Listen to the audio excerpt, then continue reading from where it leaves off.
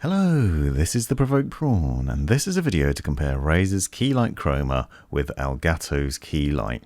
Now, as you'll see, these are two very similar key lighting solutions from both Razer and Elgato, and very comparable in a number of different ways, especially the size and the mounting system. They offer up similar lighting and similar specs as well. I'll leave all the specs in the description, but both of them, for example, go up to 2800 lumens. That's obviously adjustable, and you can adjust both the color temperature and the brightness. And they are controllable from both your phone and from desktop software as well, so that you have control in that way. And obviously Elgato has the edge slightly because you can also control it via Elgato Stream Deck. So if you have that hardware, you can control the lighting that way.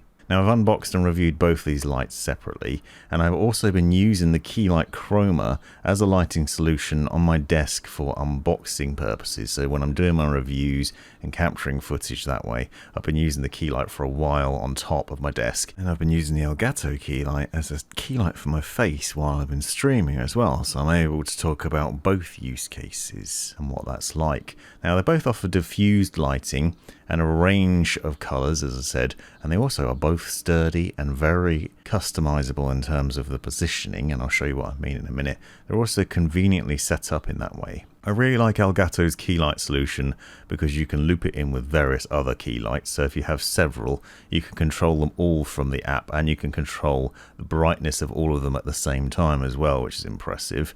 They both offer diffused lighting capabilities and basically ensure that if you're using it face on to light your face during streaming, that you're not getting taxed.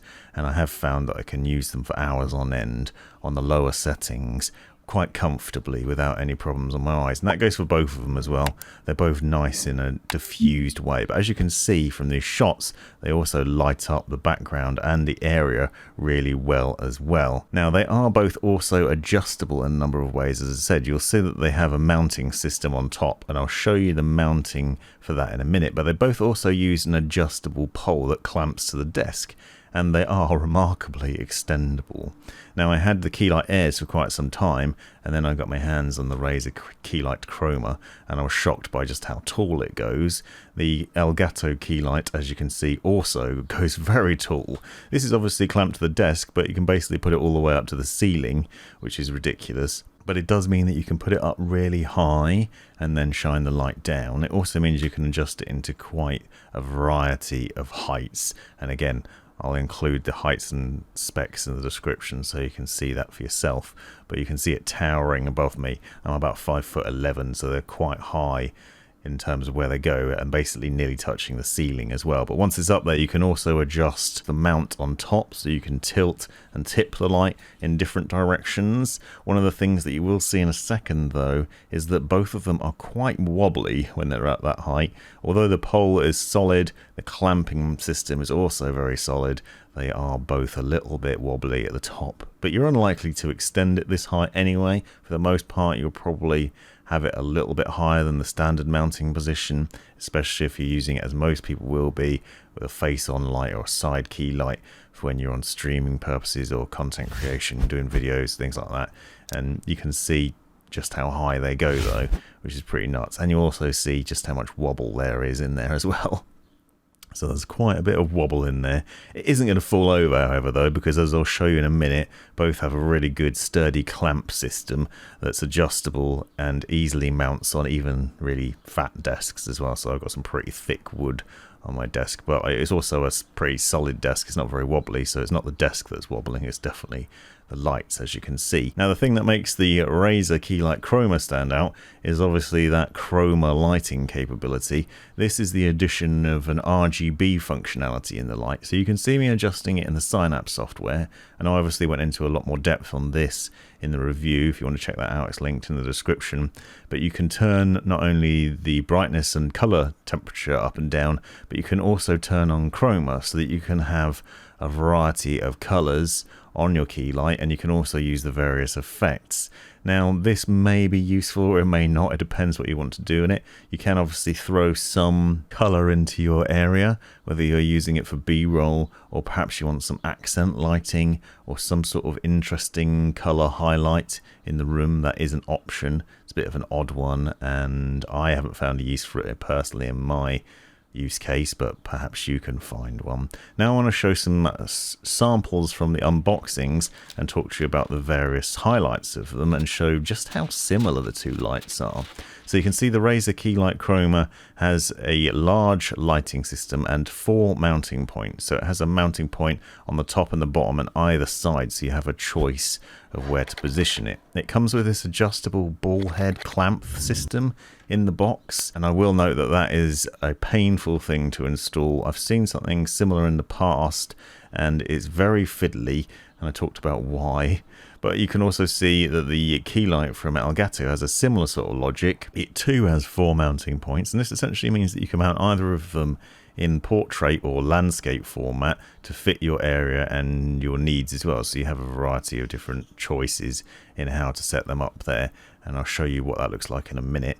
Then you also get an adjustable pole system, and you've obviously already seen this, and basically there's a twist in each of the poles that loosens them up and then you can extend them. Now both lights are very similar in that they both offer that sort of extension system, and they also both have a very similar clamping system as well. You'll see there's a lot of space in there, highly adjustable clamp that will clamp even to thick desks.